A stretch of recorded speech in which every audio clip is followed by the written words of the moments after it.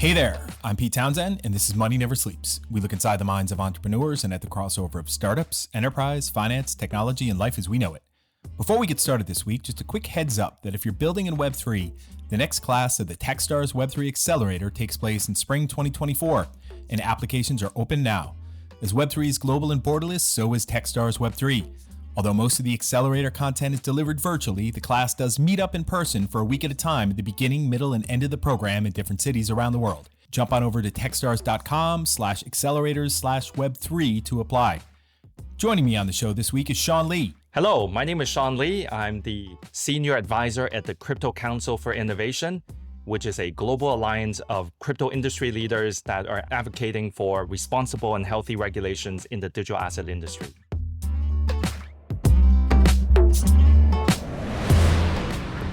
Sean has conducted business in over 20 countries and 2 continents across his career and networked with extraordinary professionals across many industries. As a technology enthusiast, his career started in Internet 1.0 during the mid-90s, spanning across e-commerce, cloud computing, and digitalization with IBM, EMC, Pivotal, and Dell, before he moved into blockchain and crypto in the last few years. Through it all, he has witnessed how technology combined with innovative business models can transform industries and ultimately global economies as well. In this episode, Sean and I lean into how some of the current events in crypto point at the opportunity for education, advocacy, and policy to accelerate the adoption of digital assets and blockchain technology, before we take a closer look at how his leadership role with the Crypto Council for Innovation will help to do just that, as we step through an example of policy building through the lens of DeFi, or decentralized finance. We also went through the different ways we talk about Web3 to non-crypto natives, and a big change that we would both like to see in how most Web3 founders think about fundraising. All right here on Money Never Sleeps. Sean Lee, how are you? Great to be talking to you again. I've been great. There are lots of activities in this world, and good news and bad news, and I think we're all handling them as we speak, but doing very well, and really happy to see the industry hopefully taking a page for the good, for the better. Absolutely. No, I'm right there with you. And it's great to have you back on the show. And you're one of 9 guests who have come back a second time out of, this is now episode 238. So you're in good company. The first episode we did with you, which was episode 201 last year, it was one of our very few video podcasts. And we've done only 4 of them out of the 237 so far. So the first one was Gene Murphy. He was episode 94, and he is Founders Boost, which is a pre-accelerator in the US, also an Irish startup ecosystem OG. We had Joey Krug from episode 166, which is, he's Pantera Capital. We had, and you'll like this one, Ernest Cantillon and Brian Elders, who I don't think you know. You might have heard of Brian, but they were Dramex, which was tokenizing casks of whiskey. Nice. Definitely caught my attention there. Absolutely. And that's right there in your LinkedIn profile. The fan of whiskey. Yes. So am I, right there. And we could have a whole discussion just around whiskey, I'm sure.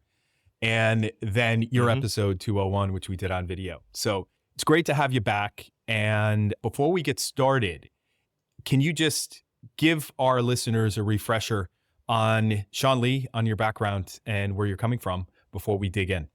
Certainly. So I'll do a quick one. I've spent roughly half of my life in North America and half of my life in Asia. So that gives me a lot of privilege in terms of understanding both the East and the West in terms of where things are, both from a news cycle perspective and also more importantly in the digital asset industry that I'm in. I come from a background from an infrastructure perspective. I used to spend a lot of time in the data center cloud computing space before I got into crypto and blockchain. Previously, I was the CEO of the Algorand Foundation, a layer 1 blockchain incubated out of MIT by Turing Award winner Sylvia McCallie. I ran that for a number of years, and then earlier last year, I transitioned into a regulatory advisory role with the Crypto Council for Innovation, which is a global alliance of crypto industry leaders that are advocating for responsible and healthy crypto digital asset regulation globally.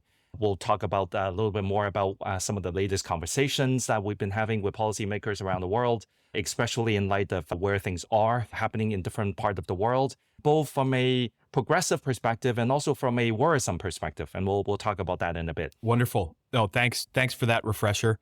I love that background of yours and that crossover, like you said, between the East and the West, as well as between the real core infrastructure side of technology, and Hmm. then now being out in front and leading from an advocacy perspective, which is a very good combination to have because it means that you can understand both sides of the room in those conversations.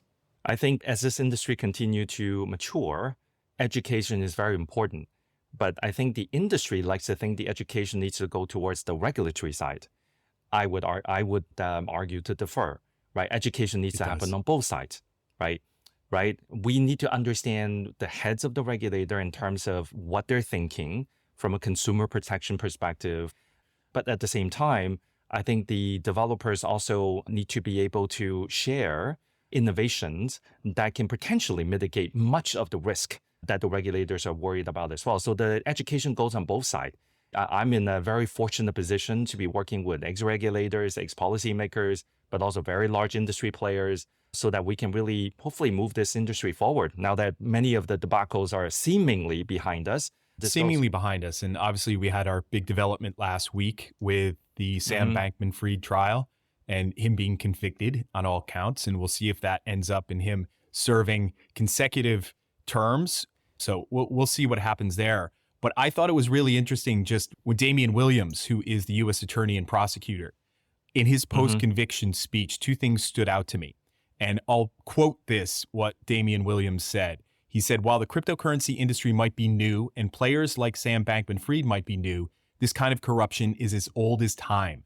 This case has always been about lying, cheating, and stealing, and we have no patience for it. This, to me, is what a lot of folks have been saying all along, is that this was not Mhm. crypto. This was fraud. Right. And has crypto Right. been exonerated? Now, I think, look, perception takes a long time to erase, right? And the crypto industry in general has gone through lots of up and downs, but lately, last 18 months or so, lots of downs. And most of that has to do with one, bad actors, but also secondly, from a narrative perspective, right?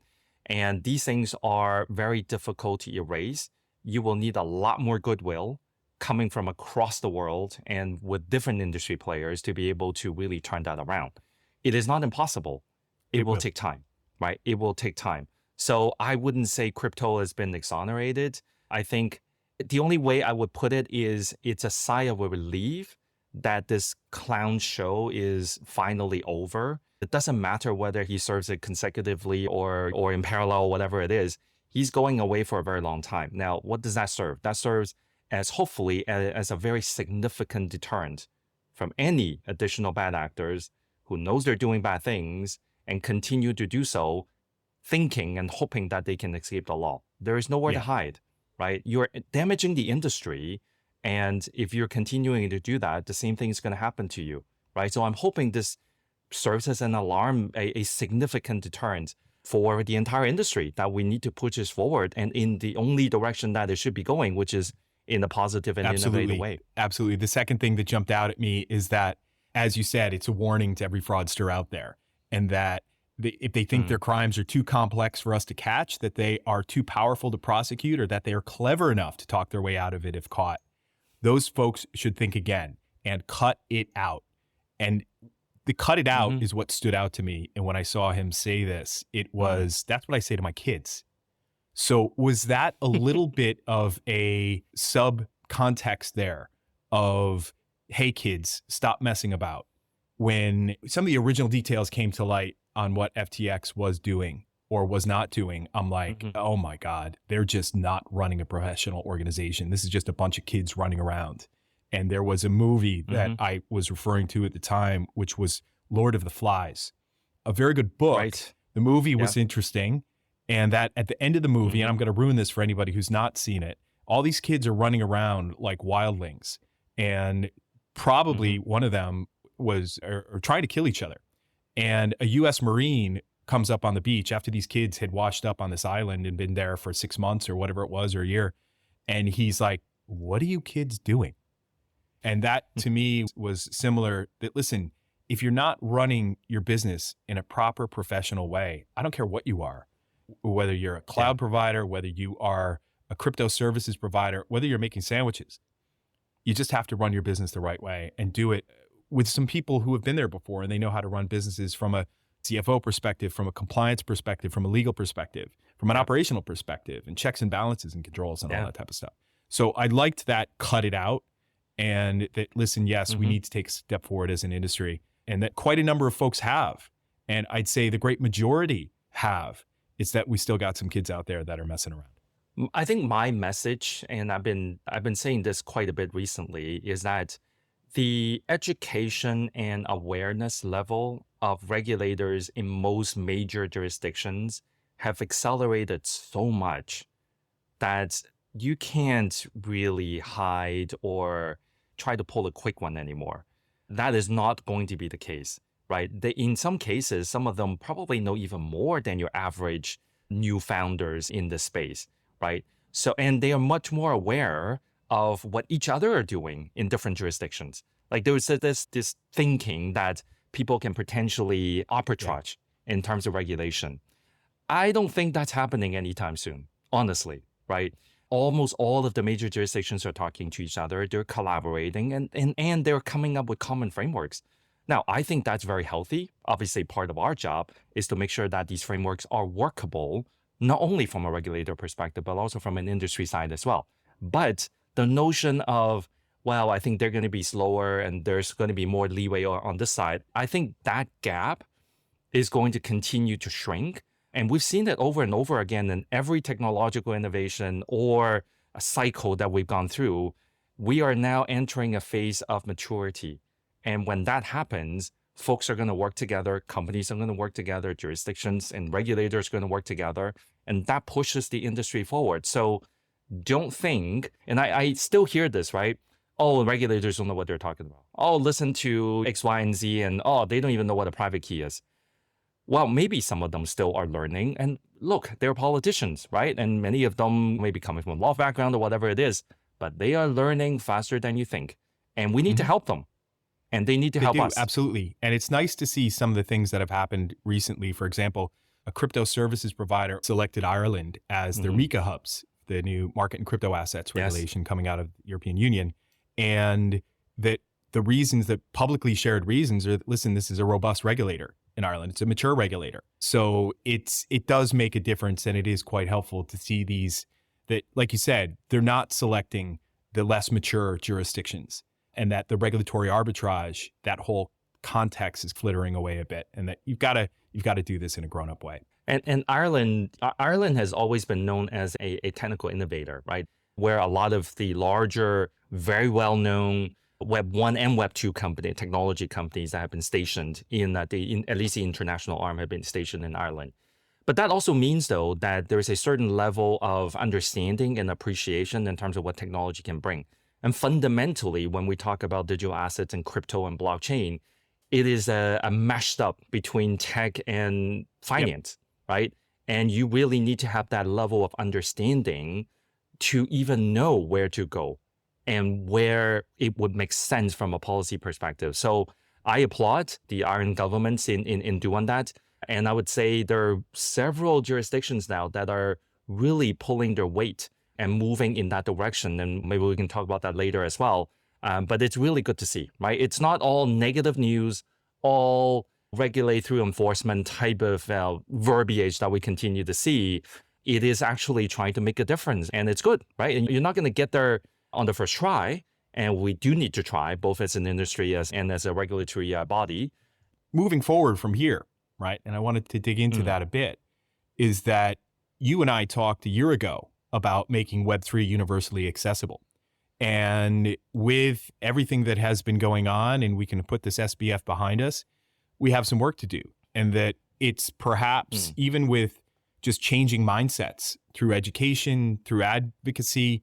So now, even if Web3 founders and even some non-Web3 players, such as Fidelity, Amazon, Apple even, if they go on a major push to make it incredibly easy to use digital assets, is it going to make a difference if we can't grow the adoption because of a communication problem, because of a PR problem?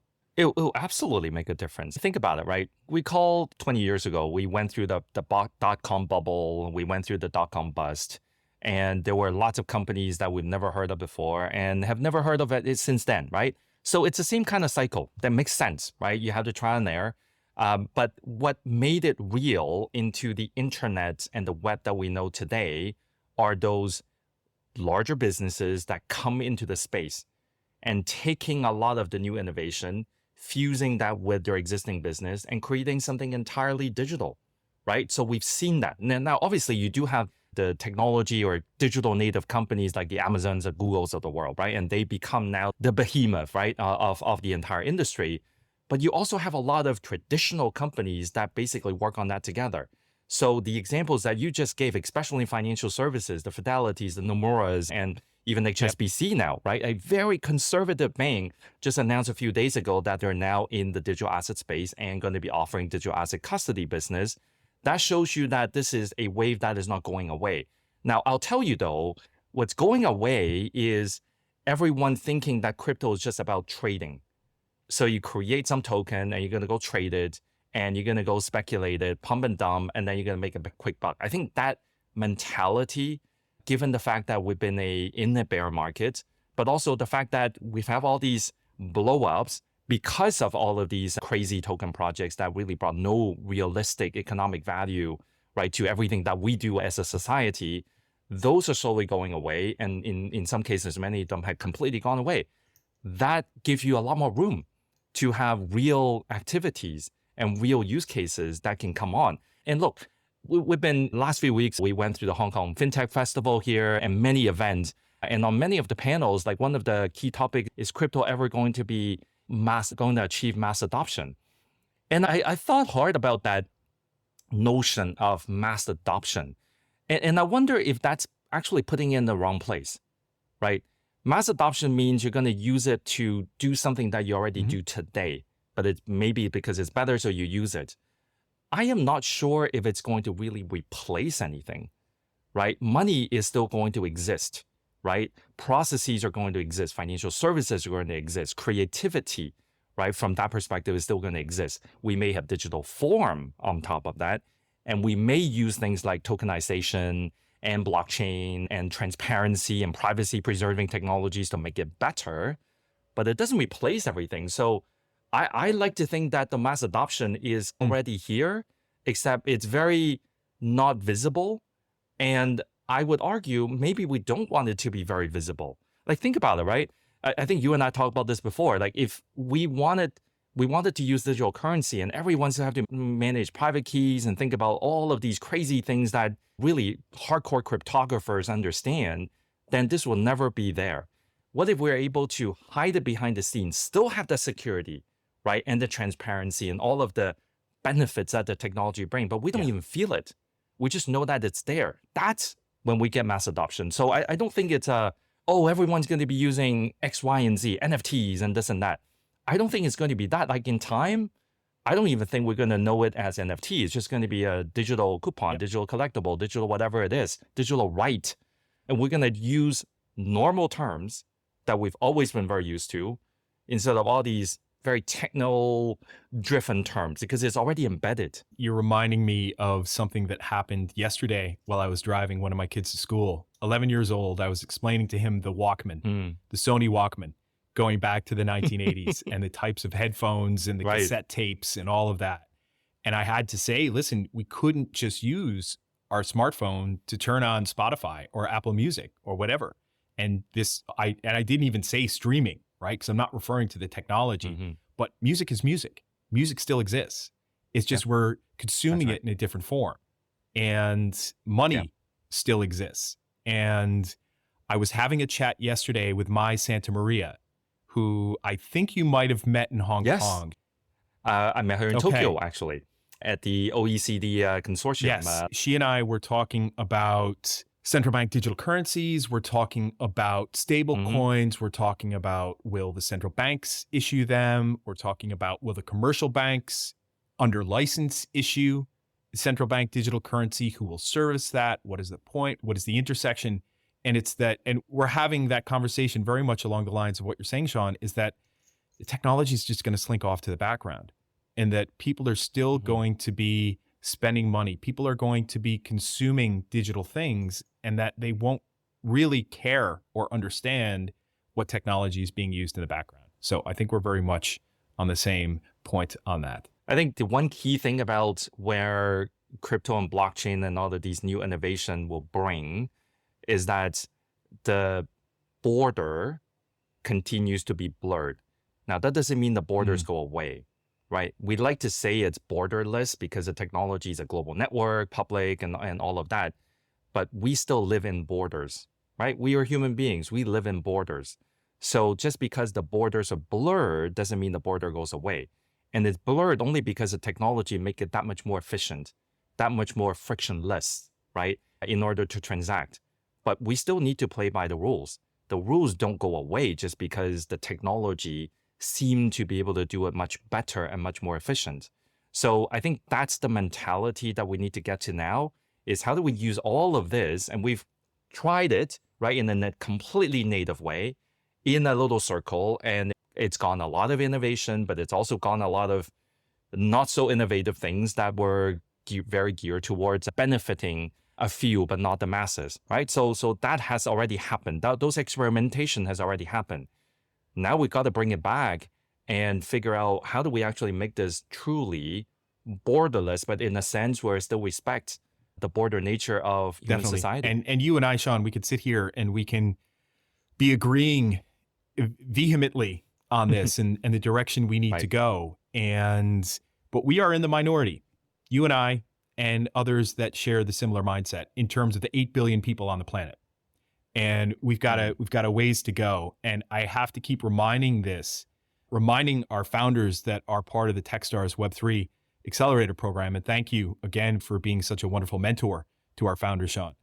I have to keep reminding them that this is the stuff that we're all living every single day, and that we need to get the word out, and we need to be able to communicate these things to folks that are not crypto native. And we need to be able to spread the good word and share these messages with them.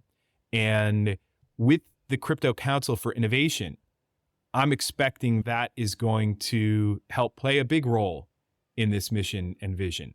And can you tell us a bit about what's going on there and how you're executing on those points? Absolutely. So let me, maybe I should explain a little bit about the origin of the Crypto Council for Innovation, CCI in short, and then also what we've been doing over the last 2 years. So CCI was founded by some of the largest digital asset players in the space, the likes of Andreessen, Coinbase, Fidelity, Paradigm. And then also lately we've onboarded infrastructure providers as well, the likes of Filecoin and ER Foundation. So we are really a industry-focused member organization where we want to bring different facets about the whole notion of digital assets and blockchain, and what it means from an innovation perspective, what it means from a policy perspective, and what it means from a collaboration perspective, right? That's really what we focus on. And of course, the overall goal is to advance the potential of digital asset and blockchain, rather than saying the goal is to advance a certain policy. That is absolutely not the goal, right? The policy will come along with it if we're able to truly demonstrate the innovativeness of all of these things that we're talking about, right? It will be a byproduct anyways. And yes, a majority of our engagement point are with regulators and policymakers, but because our members also happen to be the backers of some of the most innovative DeFi and CeFi products out there, that they naturally have a lot of knowledge around the capabilities and new things that are being innovated across the entire industry and also across the globe, so that we can really bring both of those together. So that's really what CCI is all about. Now, if I were to look at the way how we split up our work, I would say probably half of our work is towards direct advocacy. So having direct conversations, bringing the industry to the regulator and bringing the regulator to the industry, right? So that whole advocacy work in regards to how that actually functions. So lots of Q&A, lots of sessions, lots of boot camps. And the goal is to be really, if we're this far apart, well, we need to be this far apart, or maybe even on the same level, right? So that's the goal.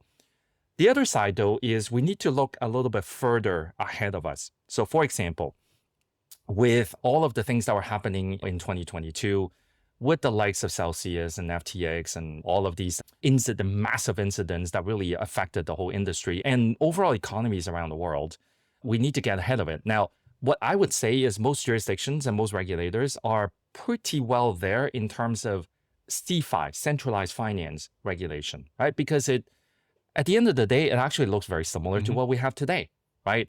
So we're going through that phase now from a centralized business perspective, a centralized finance perspective. And I think most major jurisdictions more or less got that sorted. So part of what we do now is trying to get ahead of it. So things like decentralized finance, how do you regulate that, right? And we don't want to be sitting in a position where we say, the industry thinks decentralized finance, because it's decentralized, then regulation don't apply. Well, that's not entirely true, because DeFi isn't a thing. DeFi is many things, right? We talk about this notion of composability. Things are pieced together to formulate this thing called DeFi, right? So what part of it can potentially be regulated, and what part of it perhaps should be exempt from regulation? So an example of that would be a DeFi policy framework that we recently released and published. It's directly on our website for all to see. And it's months of efforts of interview, research, data gathering, conversations, and we put together not only what DeFi is all about, but more importantly, how do you dissect DeFi into an easy to understand manner? And based on those, where can you potentially apply regulation? And where can you create a pathway for both the regulator and the innovators in the space to actually go towards a mutually compliant space, right? So we do a lot of research to look ahead on where things are coming. And yes, because of the bear markets, DeFi volume are dramatically down, right, from the height of 2021. But just because it's down doesn't mean it's going away, right? It hasn't gone away. In fact, you're now hearing things called institutional DeFi, right? So that clearly means that there are things here from a technology perspective, from an efficiency perspective, that even the larger players are looking into and say, hey, this is a tool, a platform that I could potentially use. So this isn't going away just because the number is lower. So regulators are now trying to get ahead, and we want to be in a place where we can help them. And we are not, and I will say this, right? We are not there to say, this is a definitive policy and this is a definitive framework and you have to use it. What our goal is to create a common denominator that different jurisdictions to apply, and then to layer on top jurisdictional requirements and specificity so that it will serve their specific purpose, right? So when we talk to VARA and ADGM in the Middle East, or when we talk to the European Commission, or when we talk to the Japan FSA or the Singapore MAS, every jurisdiction have their own nuances, have their own existing rules that they need to comply to. So how would a common framework serve the purpose for all of those so that we can have some consistency and the industry can actually use those consistency to continue to move forward, right? So rather than what we talked about earlier, hedge against this over another. We don't want to see that, right? And regulators are clearly of the same mindset that they need to get ahead. And the earlier they get ahead, the better the whole industry is going to be. And it's not just DeFi, right? Stablecoin, self-hosted wallet. Like, what does it mean by self-hosting a wallet? Is it really just like a leather wallet that we have had for hundreds of years, or is it very different now? And there are new technology, multi-sig, MPC. Like, how does that all play into the game of self-hosted wallet, right? It's not so black and white anymore. So they're all doing research in that space. We are doing research, so hopefully we can help. It's mind-blowing. And you got me thinking here about DeFi in particular and DeFi regulation. And I was talking to someone probably last year about this who had applied for the Techstars Web3 program and was proposing a utility for simplifying KYC, the Know Your Customer requirements for DeFi and for decentralized exchanges. And I said, that's not going to work. But, and the big but, is that regulators are now looking at this in depth and saying that should decentralized exchanges KYC those that are using the platform. Have you covered that at all in your policy? And what is the direction that you think things are going to go on that? Absolutely. So we simplify DeFi, and I would emphasize the word simplify, right? Because I don't want anyone in the audience to say, wow, DeFi is much more than that, right? I know it is much more than that, but you have to start somewhere. So we look at it from a 4-layered perspective. Like, so if we look at the bottom, we have the settlement layer. In the DeFi space versus CeFi, right? The settlement is very much on the public networks where these assets are actually being run. again, which is very different than CeFi, which is on a centralized ledger that they manage, right? So the settlement layer is different. Then on top of that is the protocol layer, right? And the protocol are indeed what we would call smart contract engines, right? They're autonomous. They're meant to be autonomous, and they're meant to be executing the logic within the smart contract without any intervention from any centralized party. That's what would be categorized as a DeFi protocol, right? And in our paper, what we talk about is we don't want to lump all DeFi together because the settlement is actually outside. The settlement's on chain, right? No longer on the centralized ledger. The protocol is smart contract engines, autonomous and not managed by a centralized party. But then you also have interfaces or applications that connect you into the DeFi protocols. So it can be a lending protocol, borrowing, whatever it is, right? These applications are then connecting with the user, which is on the very top. So 4 layers, right? User, application, the DeFi protocol itself, and then the settlement layer. Now, we would argue, and this is the argument that we put in the paper, is that the bottom 2 layer, if they qualify for some very specific requirements that we put into the paper, then they could be considered public good digital infrastructure like the internet. But they'd have to have those features in place. And what are those features? As an example, they have to be decentralized, meaning, again, no centralized party or few parties, right? So if you have a governance model that allows for only 5 governors to actually go vote on the thing, well, that doesn't count, right? Decentralized means sufficiently decentralized, right? You have to be open source, has to be autonomous, right? Has to be non-discriminatory, so anyone can get access to it, and so on and so forth. So there are a number of things that will constitute the protocol and the settlement layer to be considered as public good digital infrastructure. And if they are able to continue to demonstrate those qualities, then they could be potentially exempt from regulation. But here's the thing. The protocols don't interact with the users directly.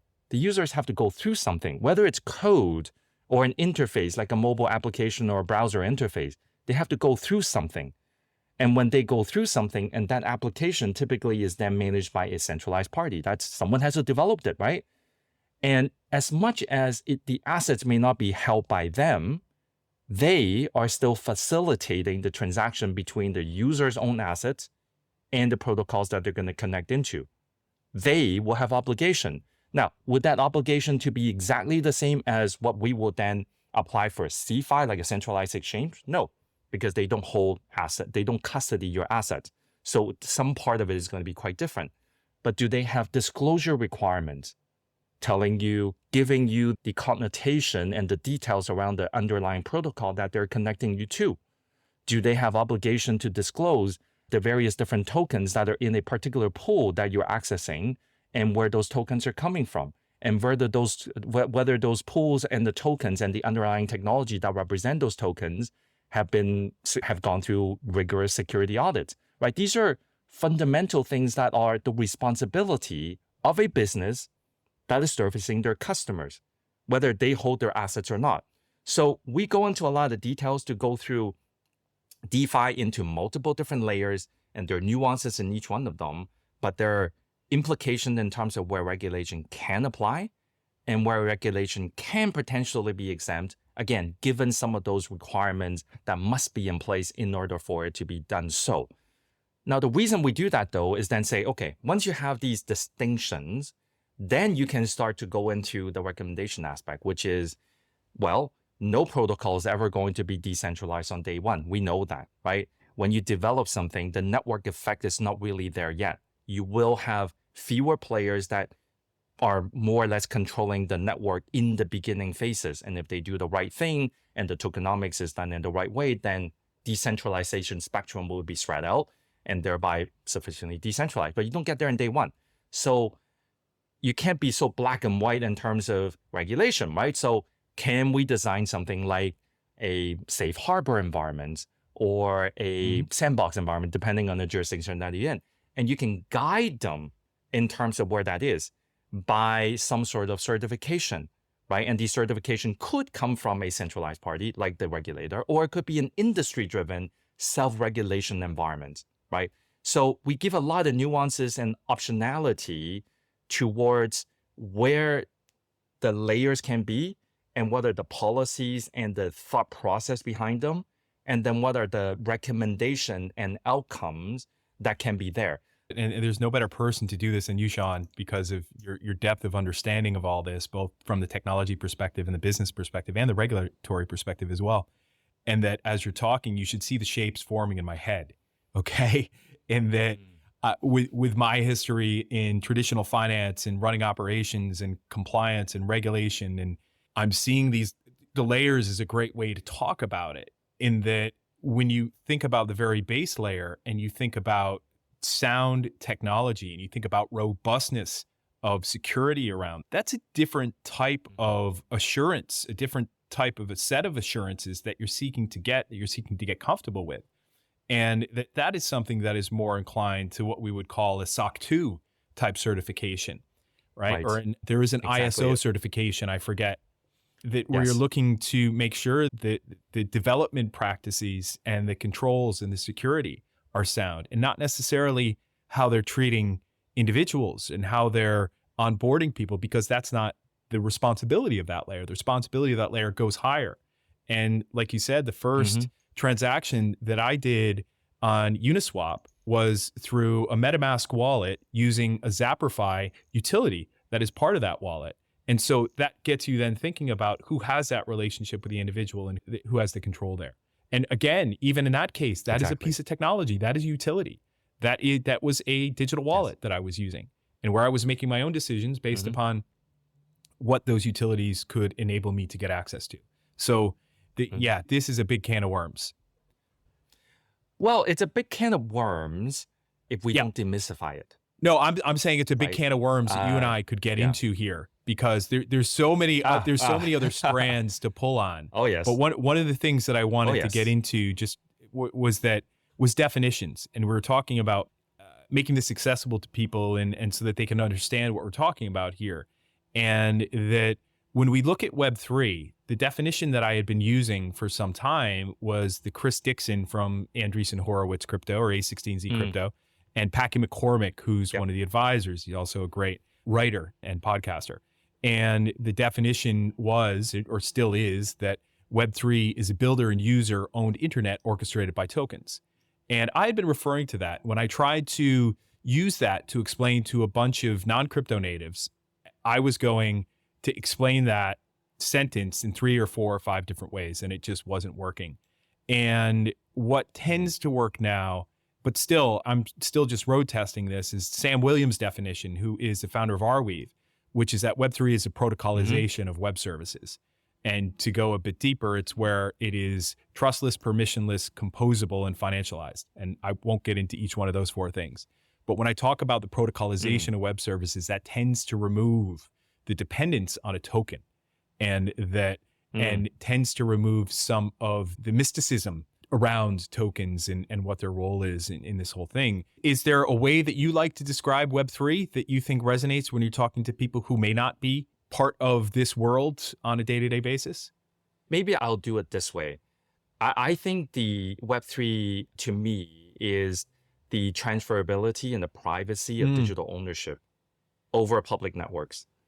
That's what it is. Whether it's a token or not, it's just digital ownership. And that's fundamentally the main thing, right?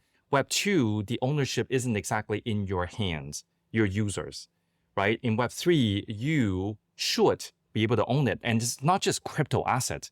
It could be your identity.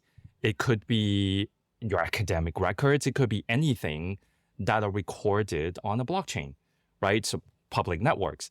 So I like to think it's the transferability and the privacy, right? That privacy of digital ownership over public network. In very simple terms, and you've even simplified it further for me and got me thinking about this, Sean. So thank you, which is where I end up with this sometimes. And woman that I used to work with, may she rest in peace, Nora Grasso, would always say to me, Pete, you've got a wonderful way of explaining things in such a technical way that nobody knows what you're talking about. But you usually round that out with a wonderful summary. So just say your summary. And my summary generally ends up in a place when I'm talking about Web3, which is digital value transfer. And digital ownership is a great way to talk about it as well. And speaking of Web3, one of the questions that I'm asking a lot of people these days, is there one Mm. big thing, one big problem that you would like to see founders who are building in Web3 that you'd like to see them solve? Okay. Yes, and I've been doing this quite a bit from an advisory mentorship perspective. Web3 does not equal some sort of token. Building a Web3 business does not mean you have to launch a token.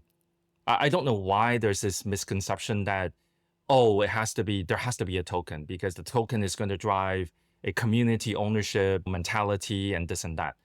If you're building a blockchain network, that makes sense, right? Because you are creating almost like your own economy. And within your own economy, you need a unit of transfer that actually allows you to facilitate these value transfers that you're talking about before. But that doesn't mean you need a token for every Web3 project. And I think there's a misconception out there that you need to do so. So I consistently tell people now, if you're going to create a token, you better darn sure you can explain exactly what that token is, number one. Number two, you better be sure that you do not explain to people that your business model is only hinging on the token going in one direction. That is not a business model, right? It doesn't matter what it is. That is not a business model, right? So if you don't need to create a token, but you're creating a Web3 business, you are transferring value one way or another, depending on what that is, and you don't necessarily need a token, why create it? I understand why the allure of doing it, right? We've all seen the last 4 or 5 years of all of these crazy projects and what could go, if it goes well, what could mean for the founders. That's not sustainable. And I think time and time again, don't create something for the sake of creating it, because that is not the right way to do it. Yep. And I'm going to take you saying that, Sean, and I'm going to play it on repeat over and over again for founders. Okay. Because I say that all the time. Sometimes it doesn't sink in and people still think, well, we need to launch a token because we're Web3. And the conversation usually goes, well, you're a centralized business. Why do you need a token? And it said, well, our community expects us to have one so they can have ownership of it. It said, well, why can't they just own equity in your business? And you could do some fractionalization and you could do a security token. It's like, well, no, we don't want to be regulated for that. It's like, well, and then what about the bigger investors? What about them? It's like, well, we haven't been able to raise money from them. So we know they'd like a token because they can flip it quickly. So they've asked us to launch a token. There you right? go. So there you go. Yeah, I think we need to move away from that. I woke up at 5 o'clock in the morning the other day, just thinking about this, not a flux capacitor like Doc Brown in Back to the Future, but it was this graph I was seeing in my head of this growth of Web3 and that this dependence on the growth of Web3 decreasing based upon token speculation and finding a way to explain that. Nick Carter from Castle Island Ventures, who does the On the Brink podcast with Matt Walsh, did a great 15, 20-page deck on stablecoins where he explained some of this using some of the types of graphs I had in mind. So I'm going to take Nick's deck and see if I can put something like that together for thinking about the growth of Web3. But listen, given your experience, Sean, and what you've been through in your career, that I'd expect that there's going to be types of things that you talk about with founders, with anybody else, that obviously you're going to be quite passionate about because you know this stuff inside out. And when I start gesticulating wildly and my hands are moving around the place, it's because I'm very excited and passionate about the topic I'm talking about. That tends to sink home with founders when I do get that excited about something. Now, you're going to have things that you know about that are just intrinsic to your very nature, that are so part of what you do in your approach, that you've had from your experience, and that there are things that you know that others either don't know or that they expect to be the opposite, or they expect to be false, or that they think are false. And these are what we call an earned secret. Do you have an earned secret from your time in your walk of life? Maybe I'll say this. I do a lot of public speaking. And because I enjoy explaining things, and I enjoy that interaction with people, because I am learning through that interaction as well. Many folks expect that I was a natural public speaker, and that is absolutely not the case. I was a fairly shy kid growing up, And I was always petrified speaking in front of people. It wasn't until I was a teenager and my dad somehow looped me into getting better at this. So he looped me into Toastmasters. Wow. And I still remember vividly the very first time when I went to a session and you have to do an icebreaker, you have to explain, introduce yourself. And he actually video recorded me. And you know how it is, right? Watching yourself is always hard. Even you and I now do this very often. Watching yourself is still it's not the most comfortable thing. Yeah. So especially when you are pretty piss poor at it at the time when I was petrified, right? The funny thing was, I actually thought that I was using my hands a lot, right? And I thought I had proper hand gesture and all of those in my head. What it turned out when I watched the video was that I had my hands in my pockets the entire time. So that kind of experience, I like to share that when people ask me, hey, how did you develop this? Or were you born with this and this and that? No, it's through hard work. It's through shameless standing in front, doing a poor job, and then hopefully you can improve again and again and again and again. I don't know whether that's a secret or not, but I was definitely not born with it. It was something that I forced myself, which later on becomes something that I'm passionate about, because communication fundamentally it's a God-given right for every human being. And especially those of us that are in the technology industry, working on bleeding edge, the next kind of generations of things that are to come, making it easy to understand, be able to communicate it in a manner that doesn't make it sound like science fiction is very important. And it's a skill, but it's a skill that I encourage many founders not to be afraid to do. And in fact, many times when I'm mentoring, I actually devote a lot of my time not on the pitch decks or on the business model. Obviously, we'll look at that. But a lot of it is, okay, now that your pitch deck is done, present it to me. Let's work on how you can articulate it in the simplest manner that can get your message across and get the nodding head on the other side of the table. We do that a lot now. So I enjoy it. It's something that's very important, and I'm glad I went through the process. Definitely. And you put it quite well there, Sean, and that it makes me think of something in your LinkedIn profile. Do or do not, there is no try, Master Yoda. So yes, wonderful. That's correct. Well, listen, this has been a fantastic chat, Sean. What is the best way for people to get in touch with you? Probably over, I wanted to say Twitter, but no, X, the new X platform. Yeah, X, and also Telegram. Both of them, my handles are Crypto Sean Lee, spelled in one word, Crypto Sean Lee. You can I also do now a weekly podcast, following in your footsteps, Pete, through your encouragement to me. So I do a weekly Asia Crypto Insight, where I share in 2 minutes, roughly, interesting news that are coming out of this part of the world, whether it has to do with policies or just interesting projects or partnerships that are happening here. And I have that on the Crypto Council for Innovation YouTube channel, as well as my own Crypto Star Wars fans channel. And I run the podcast there as well. So if anyone's interested in this part of the world, what's happening and things like that, and you can spare 2 minutes on a weekly basis, certainly go there. That's great, Sean. We'll put all of that into the show notes. And I think people should be very interested on what's going on in Asia, because Asia has a big front foot out forwards on all of this. So glad to have you out there and doing this and spreading the word and just helping to get people on board, because we need it. So thank you, Sean. You're very welcome. Great to chat with you again. That does it for this week, folks. Thanks to Sean Lee for opening up his mind to help us figure out why he does what he does. And you can learn more about Sean Lee and the Crypto Council for Innovation on our website, moneyneversleeps.ie, including links in the show notes for his weekly video series, Sean's Take on Asia, where he covers the latest digital asset developments and policy updates. If you like what you heard, please leave us a rating and a review on Apple Podcasts or Spotify, as it helps others to find the show. Thanks to Conan Brophy from Create Sound for mixing and editing this episode. Conan is an excellent media man to get in touch with when you're thinking about launching your own podcast. As for me, I'm an early-stage startup investor focused on where fintech meets crypto and crypto meets Web3, and I lead the Techstars Web3 Accelerator. Applications for our 2024 class are open now, so hop on over to techstars.com/accelerators/Web3 to apply. Also, there are plenty of links in the show notes on moneyneversleeps.ie on how to get in touch, so don't hesitate to reach out. Finally, till next time, thanks for listening. See ya!